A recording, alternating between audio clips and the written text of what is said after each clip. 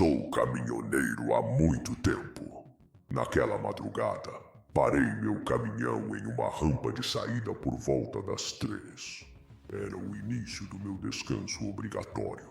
A lua cheia estava alta, derramando uma luz pálida sobre a paisagem. Dava para ver tudo ao redor com clareza. Foi aí que percebi uma figura parada bem no meio do corte de um campo de milho, a poucos metros de onde eu estava. A silhueta parecia humana, mas havia algo no jeito como ela estava imóvel que me fez desistir da ideia de ir até lá ver de perto. Achei que poderia ser só algum espantalho, talvez montado por um avô para entreter os netos.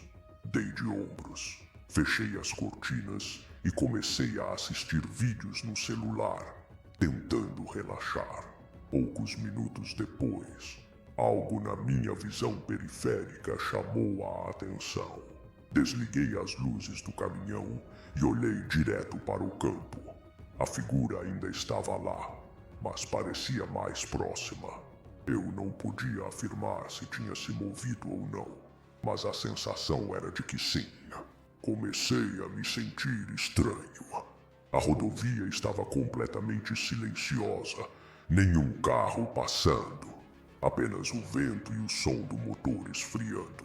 Mesmo assim, tentei manter a calma. Tranquei tudo e permaneci dentro da cabine, como se nada estivesse acontecendo.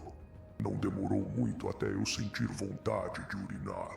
Eu realmente não queria usar garrafa naquele momento, então resolvi sair.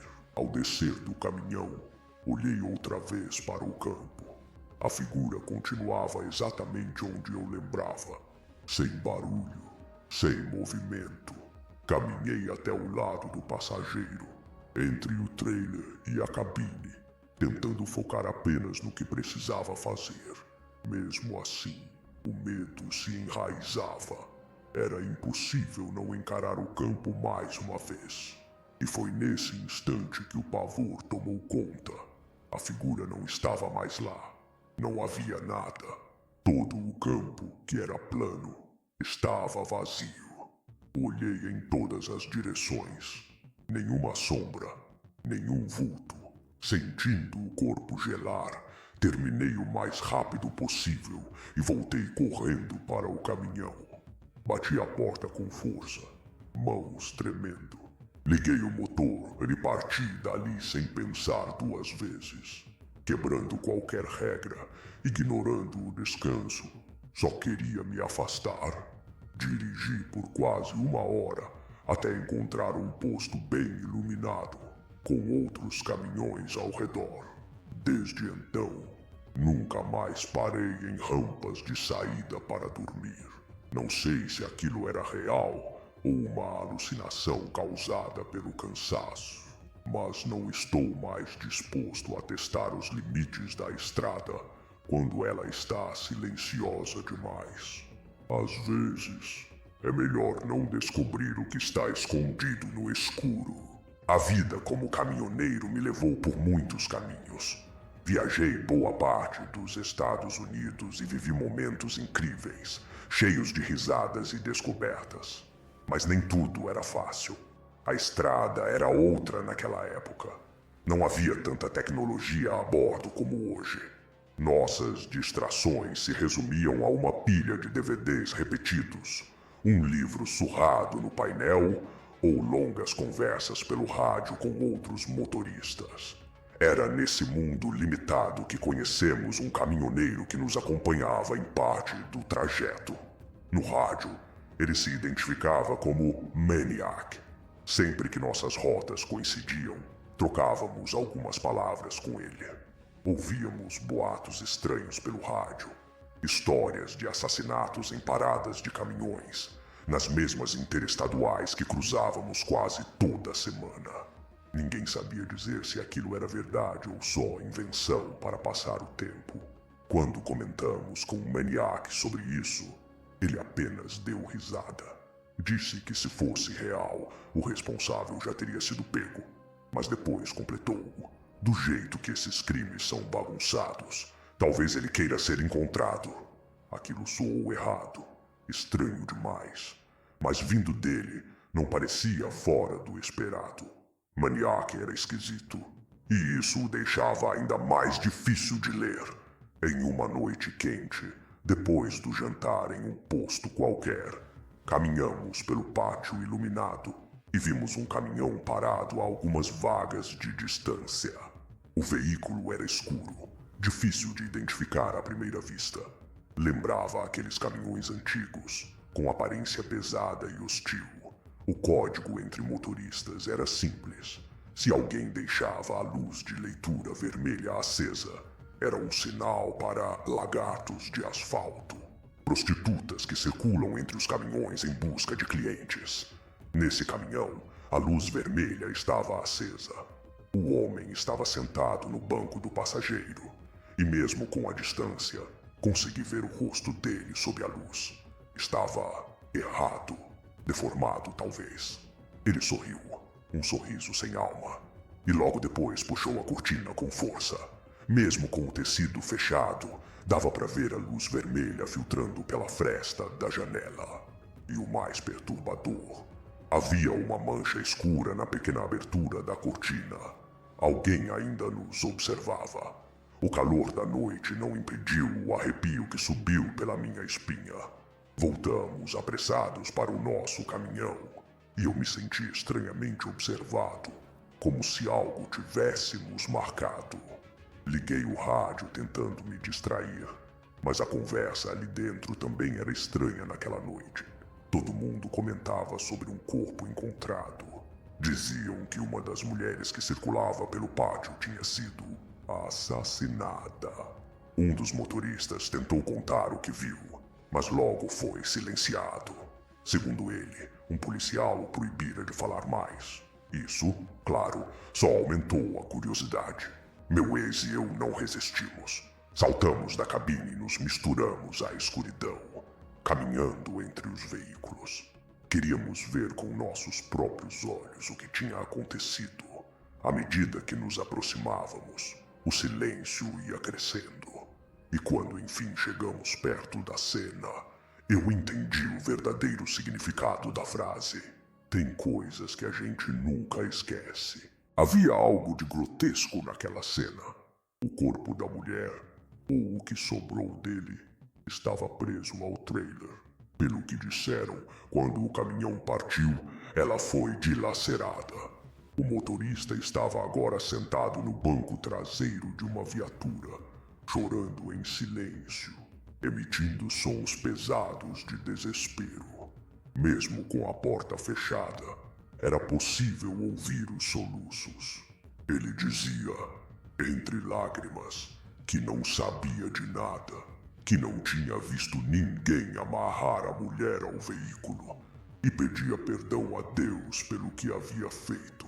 Provavelmente havia ignorado a inspeção antes de sair com o caminhão, e naquele momento, a tragédia se concretizou. Eu me afastei da cena, tentando não olhar para trás. Ao passar pelo local onde o caminhão sombrio estava estacionado antes, percebi que ele havia desaparecido. Algum tempo depois, a polícia veio até o nosso caminhão para colher depoimentos. Contamos o que vimos, especialmente sobre o homem estranho e o caminhão escuro que desapareceu da área. Entreguei aos policiais a descrição do motorista, ou ao menos o que consegui lembrar. Mesmo assim, aquela imagem não saía da minha mente. Foram dias revivendo o que vimos, até que, com o tempo, a lembrança começou a desaparecer. Passaram-se cerca de 3 meses. Seguíamos para Nova Orleans. Eu estava empolgado para visitar a cidade, conhecer lugares novos e tentar deixar o passado para trás. Estacionamos em um posto pequeno, mais parecido com um lote de terra com uma luz oscilando em um poste velho.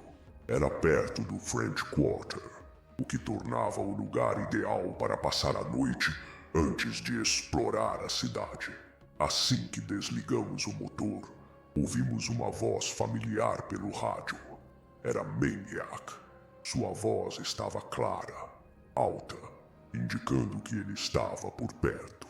Olhei ao redor e só havia 2 outros caminhões. Era quase certo que ele estava em um deles. Nunca tínhamos o visto pessoalmente, e aquela parecia uma boa chance. Chamamos pelo rádio, convidando-o para jantar. A resposta foi uma recusa acompanhada de uma risada. Disse que não saía do caminhão por medo de ser reconhecido. Meu ex-namorado, com a testa franzida, perguntou o que ele queria dizer com ser reconhecido. Maniac apenas respondeu: "Não se preocupe com isso. Só cuide bem da sua garota. Seria uma pena se algo ruim acontecesse com ela, como aconteceu com aquelas outras." Ficamos em silêncio. A voz dele soava próxima demais, e o rádio parecia emitir estática entre uma frase e outra. A ameaça ficou no ar como veneno. Ele voltou a falar. Diz coisas sem sentido, como se estivesse se confessando. Falava sobre o que fazia com as mulheres que encontrava nas paradas de caminhões, sobre brincar com elas antes de acabar tudo. Meu ex olhou para mim pálido. As palavras de Maniac saíam cada vez mais altas. Ele gritava, chamando aquelas pessoas de praga, dizendo que fazia um favor ao mundo se livrando delas. A voz dele aumentava de forma absurda, como se estivesse dentro da nossa cabine. E então, um caminhão passou diante do posto, levantou poeira, e no rosto do meu ex vi algo que eu nunca tinha visto antes. Medo verdadeiro. Eu não conseguia me mover. Pela primeira vez eu também estava apavorado. Estávamos perto de um posto de parada quando um caminhão escuro e imponente passou devagar diante do nosso. A frente era equipada com grade de proteção e sua presença parecia pesar no ar. Quando o veículo passou pela cabine, conseguimos ver quem o dirigia. Era ele, o mesmo homem do posto de gasolina meses antes. Quando a mulher foi encontrada morta, ele virou a cabeça, lançou aquele mesmo sorriso repulsivo e, com calma, levou o microfone do rádio aos lábios. "Se cuidem por aí", disse ele, antes de seguir estrada afora. Na porta do caminhão, o nome Maniac estava pintado em letras vermelhas, reluzindo sob a luz artificial. Sabíamos que já havia ao menos 7 assassinatos, mas quem poderia afirmar quantos mais haviam ocorrido sem ninguém saber? Relatamos o caminhão e a descrição à polícia, mas nunca soubemos se ele foi realmente capturado. Meu ex e eu acabamos deixando a estrada por um tempo. Só voltamos no verão seguinte, e naquela nova temporada, tudo mudou. Não fazia amizades, evitava contato desnecessário e mantinha sempre uma lâmina comigo, guardada discretamente. Caso um dia cruzasse novamente com ele, não queria estar despreparado. Anos depois, a vida já era outra. Eu estava na faculdade, morando em um dormitório simples dentro de uma casa adaptada. Um dia meu carro quebrou e precisei acionar um guincho para levá-lo até uma concessionária. Aceitei ir junto com o motorista do caminhão até o local, já que queria resolver o aluguel de outro veículo. Era uma viagem de 30 minutos. Ele falava demais, pulando de assunto em assunto. Tentei ser educado, afinal ele estava fazendo um favor, e a viagem de ida e volta não parecia ser motivo para preocupação.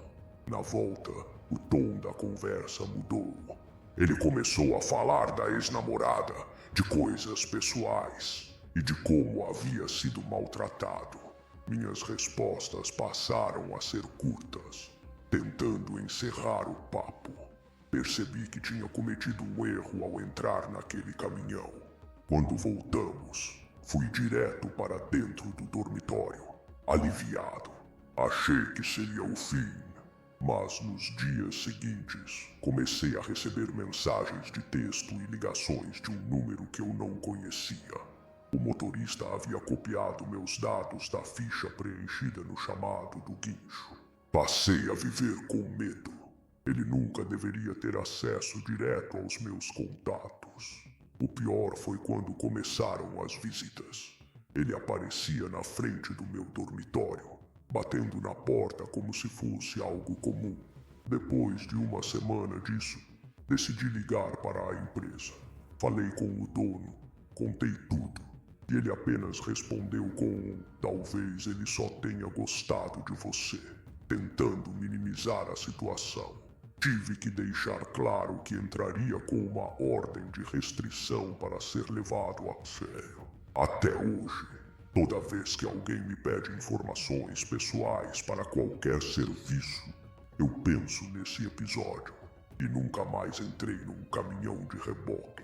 Algumas semanas atrás, minha namorada e eu estávamos na parte final de uma longa viagem de carro, acompanhados do nosso cachorro. Já fazia horas desde a última parada. Então decidimos entrar em uma área de descanso na rodovia para esticar as pernas e deixar o cachorro fazer suas necessidades. Ao chegarmos, não havia nenhum carro, apenas 3 caminhões estacionados em linha reta, todos imóveis sob o céu nublado. Minha namorada foi direto ao banheiro e eu fiquei do lado de fora com o cachorro. De repente, ouvi alguém gritando. Era um dos caminhoneiros. Estava no banco do motorista, janela aberta, tentando chamar minha atenção. Não costumo recusar ajuda a ninguém, mesmo que pareça estranho. Caminhei alguns passos na direção dele. Era um homem mais velho, grande, cabelo grisalho e óculos escuros. O barulho do motor me impedia de entender o que dizia. Então gritei perguntando o que ele queria. Ele repetiu algo 3 vezes, mas tudo o que consegui foi um aceno frustrado. Como parecia irritado, avancei mais, até ficar entre o carro e o caminhão. Foi aí que ele disse com a voz arrastada que tinha perdido o telefone. Queria ajuda para procurá-lo. Confesso que achei tudo esquisito. Tínhamos acabado de chegar, e em menos de 1 minuto o homem já estava pedindo ajuda a um estranho. Perguntei onde tinha perdido. Ele respondeu que estava dentro do próprio caminhão e me convidou a subir para procurar junto com ele. Nesse momento, algo dentro de mim travou. Senti que não deveria. Estava sóbrio, atento, e algo no tom dele me fez recuar. Simulei que faria uma ligação. Disse que não podia ajudar. Ele ficou parado, como se esperasse que eu mudasse de ideia. E então, falou com uma entonação estranha. Você não vai me ajudar a procurar meu telefone. Senti meu corpo esquentar, adrenalina tomando conta. Gritei, sai daqui! Mesmo sem ter nada para me proteger, quis mostrar que não era vulnerável. Peguei o cachorro, entrei no carro e tirei o celular do bolso, fingindo estar ligando para a polícia. Ele deu partida, mas parou de novo alguns metros adiante, olhando fixamente. Insistiu pela última vez, como se ainda esperasse que eu cedesse. Foi aí que gritei de verdade, ameaçando chamar a polícia caso ele não fosse embora. Ele acelerou, desaparecendo pela saída da rodovia. Fiquei parado, tentando entender o que tinha acabado de acontecer. Minha namorada saiu do banheiro e me perguntou por que eu estava tão pálido. Não consegui explicar direito. Tudo parecia um sonho estranho. Mas uma coisa era certa. Não era uma boa ideia entrar na cabine de um desconhecido. E talvez aquele pedido de ajuda não tivesse nada a ver com um telefone perdido. 5 anos atrás, aos 21, Fizemos nossa segunda viagem longa pela rodovia. O objetivo era apenas buscar alguns itens restantes e levar nossos 2 cães. Já estávamos exaustos da estrada e só parávamos para o essencial: comer, ir ao banheiro, esticar as pernas. Nessas rotinas, áreas de descanso em horários estranhos se tornaram comuns. Não consigo lembrar em qual estado isso aconteceu. Depois de tantas viagens, tudo começou a se misturar. Mas essa noite, essa eu nunca esqueci. Era entre 3 e 4 da manhã. Havia apenas um veículo estacionado e quase nenhum movimento na área dos caminhões. Meu marido decidiu parar para que pudéssemos caminhar com os cães e aproveitar para usar o banheiro. Avisei que iria correndo ao banheiro primeiro e ele ficou por perto fumando e cuidando dos cachorros. O carro estava estacionado na área destinada a pets, mas para chegar ao banheiro era preciso subir uma colina. Do ponto onde estávamos não era possível enxergar os sanitários. Por isso, mesmo cansado, ele decidiu me acompanhar até parte do caminho. Só para garantir, não me incomodei. A presença dele me dava certo conforto, mesmo naquela solidão silenciosa. Fui ao banheiro e na saída trocamos.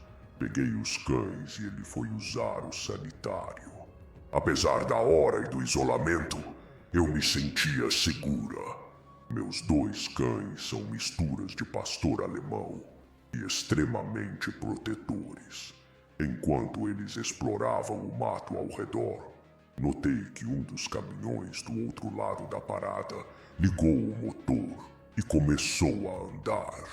A princípio, achei que o motorista apenas estivesse voltando à rodovia.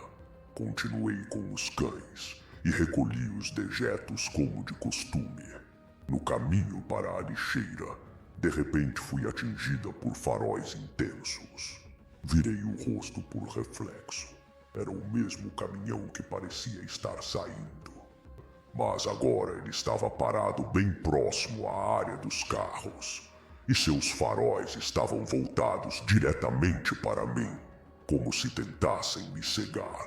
Fiquei irritada. Joguei os sacos na lixeira e comecei a voltar. E então o motorista piscou as luzes. 1, 2, várias vezes, repetidamente. Estava quase no carro, tentando entender se ele estava me sinalizando algo, se havia algo errado comigo, com os cães, com o carro. Mas o que senti foi só mais incômodo. O caminhão se moveu de novo, agora rastejando em minha direção. Os faróis piscavam em ritmo inquietante. Meus cães, percebendo minha atenção, assumiram posição defensiva. O maior deles avançou alguns passos, latindo. A essa altura, eu já havia chegado perto do carro. O motorista parou, mas continuou piscando as luzes. Não costumo me assustar fácil, mas aquilo era estranho demais. Em vez de correr, fiquei parada. Fitei os faróis. Encarei. Só então ele parou com os flashes. Achei que aquilo fosse o fim. Levei a mão ao bolso para pegar a chave. Meu coração batia forte. Estava prestes a destrancar o carro. De repente, meus cães ficaram tensos ao meu lado.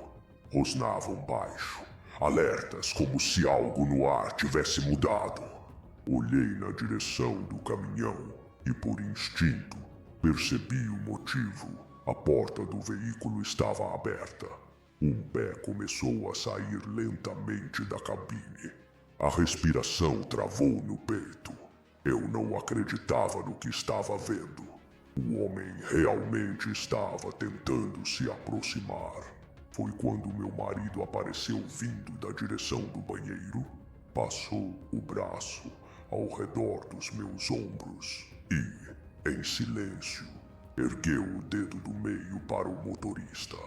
A reação foi imediata. O pé sumiu de volta na cabine. A porta bateu com força.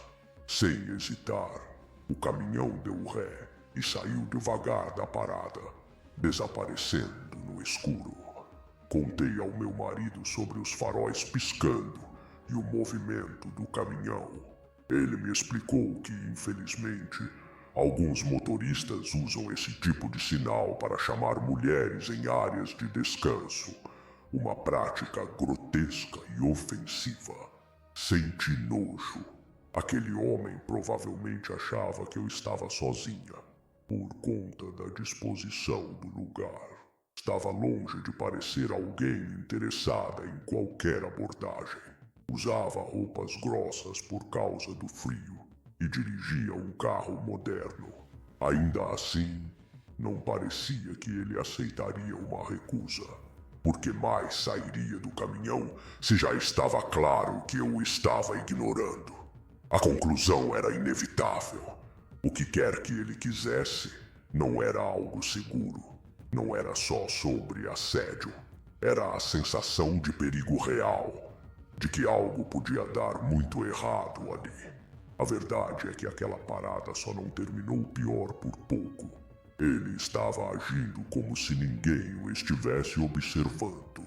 Se meu marido não tivesse aparecido naquele exato momento, talvez a história fosse outra. Por isso, se alguma mulher estiver ouvindo isso agora, principalmente se costuma viajar sozinha, deixo um aviso sincero. Tenha cuidado em áreas de descanso. Nem sempre quem está no escuro está apenas descansando.